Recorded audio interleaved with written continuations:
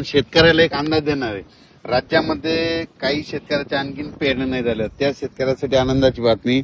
या 8 दिवसामध्ये सांगू इच्छितो की म्हणजे 8 जुलैपर्यंत राज्यात चांगला पाऊस पडणार आहे, म्हणून हा अंदाज लक्षात यायचा. म्हणजे सांगायचं झालं तर काही भागामध्ये मुसळधार पडणार आहे, काही ठिकाणी अतिमुसळधार पडणार आहे, काही ठिकाणी अतिवृष्टी देखील होणार आहे, म्हणून हा अंदाज महाराष्ट्रातल्या सर्व शेतकऱ्यांना लक्षात यायचा. म्हणजे आतापर्यंत जे भाग वंचित राहिला त्या भागात देखील हे 8 तारखेपर्यंत पाऊस पडून जाईल, म्हणून हे लक्षात यायचं. मग राज्यात जास्त अतिमुसळधार पाऊस कुठं पडणार आहे तर तुम्हाला सांगू इच्छितो, सर्वात जास्त पडणार आहे मुंबई, पुणे, नाशिक, नंदुरबार जिल्हा, धुळे जिल्हा, जळगाव जिल्हा, अहिल्यानगर, त्याच्यानंतर शिर्डी, राहता, अकोले, संगमनेर, ओझर गणपती ते पट्टा, म्हणजे धरण क्षेत्राच्या कॅचमेंट एरियामध्ये. तसं ते पाऊस काय होणार आहे इकडं संभाजीनगर, कन्नड, सिल्लोड, सोयगाव, असा करत करत जळगाव, बुलढाणा, अकोला, अमरावती, अकोट, शेगाव, ह्या खामगाव हे पट्टा काय होणार आहे असा पडणार आहे. जालना जिल्हा त्याच्यामध्ये राहील, पण हे देखील सरकारने लक्षात. म्हणजे सांगायचं झालं तर या 8 दिवसामध्ये त्या भागामध्ये चांगला मुसळधार पडणार आहे. पण उर्वरित राज्यात देखील म्हणजे काही जिल्हे म्हणजे सातारा जिल्हा, सांगली जिल्हा, सोलापूर जिल्हा, पुणे जिल्ह्याचा पश्चिम भाग, त्याच्यानंतर इकडं धाराशिव जिल्हा, लातूर जिल्हा, बीड जिल्हा, नांदेड जिल्हा, परभणी जिल्हा, हिंगोली जिल्हा, यवतमाळ जिल्हा, वाशिम, त्याच्यानंतर वर्धा, नागपूर, भंडारा, गोंदिया, चंद्रपूर, यवतमाळ, हे सगळीकडे मग काय होणार आहे, ह्या 8 दिवसामध्ये पाऊस पडणार. काही ठिकाणी जोराचा पडणार, ओढे नाले पडणार, कुठं रिमझिम पडणार, काही ठिकाणी सततधार राहणार, म्हणून हे लक्षात यायचं. पण राज्यात मात्र तुम्हाला सांगू इच्छितो की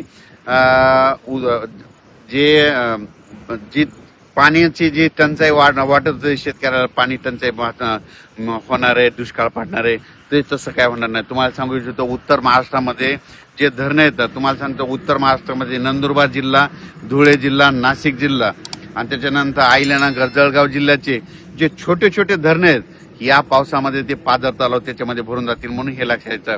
पण त्या व्यतिरिक्त तुम्हाला सांगू इच्छितो, निळवंडे धरण झालं, भंडारा धरा, त्याच्यानंतर गंगापूरचं धरण झालं.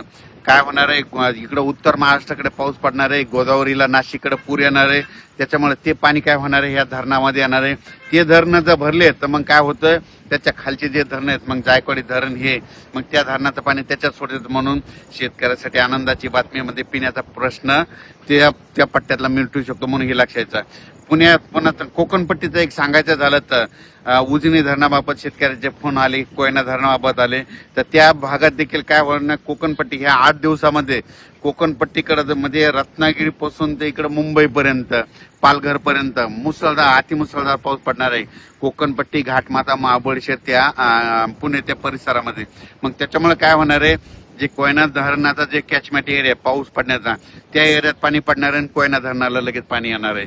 त्याच्यानंतर उजनी धरणात देखील काय होणार आहे, पुण्याकडे तिकडल्या पट्ट्यामध्ये पाऊस पडणार आहे, त्याच्यामुळे उजनी धरणात देखील या पावसामध्ये बऱ्याच भागामध्ये आवकमध्ये सुरुवात होणार आहे, म्हणून हे लक्षात यायचं. सांगायचं झालं तर 8 जुलैपर्यंत राज्यात म्हणजे आज 2 तारखेपासून 8 जुलैपर्यंत दररोज वेगवेगळ्या भागात जोराचा पाऊस पडणार आणि शेतकऱ्याची ज्यांचं पेरायचं राहिलं सगळीकडे पाऊस पडणार, सगळ्याच्या पेरण्या होणार आहे. आणि त्याच्यानंतर तुम्हाला सांगितलं हे पाऊस 8-9 तारखेपर्यंत चालत, पण त्याच्यानंतर पुन्हा लगेच 13-14 तारखेला पुन्हा पाऊस येणार आहे. पुन्हा जुलैच्या शेवटच्या देखील आठवड्यात पाऊस येणार आहे, म्हणून शेतकऱ्यांना घाबरू नका. दुष्काळ वगैरे काही पडणार नाही, पण पाऊस येणार, सगळ्या शेतकऱ्याच्या पेरण्या होणार आहे. फक्त मागं पुढं होणार आहे एवढं मात्र निश्चित लक्षात घ्यायचं.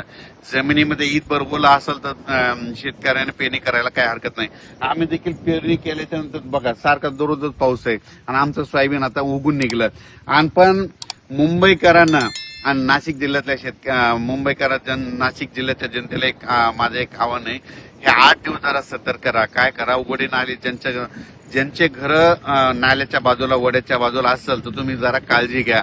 पाऊस जर चालू असला, सारखा जर 3 तास पाऊस चालू राहिला तर तुम्ही समजायचं बिलकुल पूर येणार आहे, म्हणून ती परिस्थिती राहता तुम्ही दक्ष राहा.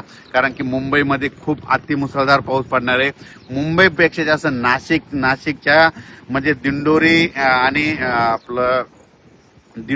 इकडे गुजरातचा परिसर, नंदुरबार जिल्हा, धुळे जिल्हा, नाशिक, निपाड, ह्या येवला सगळीकडे जवळपास चांगला जोराचा पाऊस पडणार आहे. अहिल्यानगर पडणार आहे. ते पाऊस परत काय होईल इकडं अहिल्यानगर करत इकडे कडाष्टी बीडकर देखील येणार आहे. पाथर्डीकर पडणार आहे.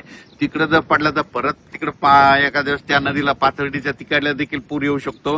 म्हणून त्या पाथर्डीकरल्या शेतकऱ्यांनी लक्षात घ्यायचं. कारण की कमी वेळेत जास्त पाऊस पडला तर तुम्हाला सांगू इच्छितो पूर येण्याचं लक्षण कसं असतं. तर 1 घंटा जर पाऊस पडला सारखा की समजायचं नदीला थोडाफार पूर येणार आहे. पण पाऊस 2 घंटे पडला तर समजायचं आता धोक्याची पातळी होणार. आणि 3 तास सारखा सलग पाऊस पडला की 100% नदीला पूर येणार. हे गणित सगळ्या शेतकऱ्यांना लक्षात घ्यायचं. म्हणजे 3 तास सारखा पडणं म्हणजे तुम्हाला सांगू इच्छितो 120 मिलीमीटर ते 140 मिलीमीटर पाऊस असतो. म्हणून हे लक्षात घ्यायचं. मुंबईकरांना एक सांगितलं होतं मागच्या अंदाजामध्ये 20 जूनलाच म्हणलं होतं की मुंबईला म्हणजे 1 जुलै ते 11 जुलैच्या दरम्यान जवळपास 1100 ते 1200 मिलीमीटर ते 8 दिवसामध्ये पाऊस होईल म्हणून मागच्या अंदाजामध्ये सांगितलं होतं. आणि त्याच्यामध्ये ते मुंबईचं ते पाणी पिण्याचं ते धरण आहे ते देखील भरलं. म्हणून मुंबईकरांची ताण भागवणार ते धरण भरलं.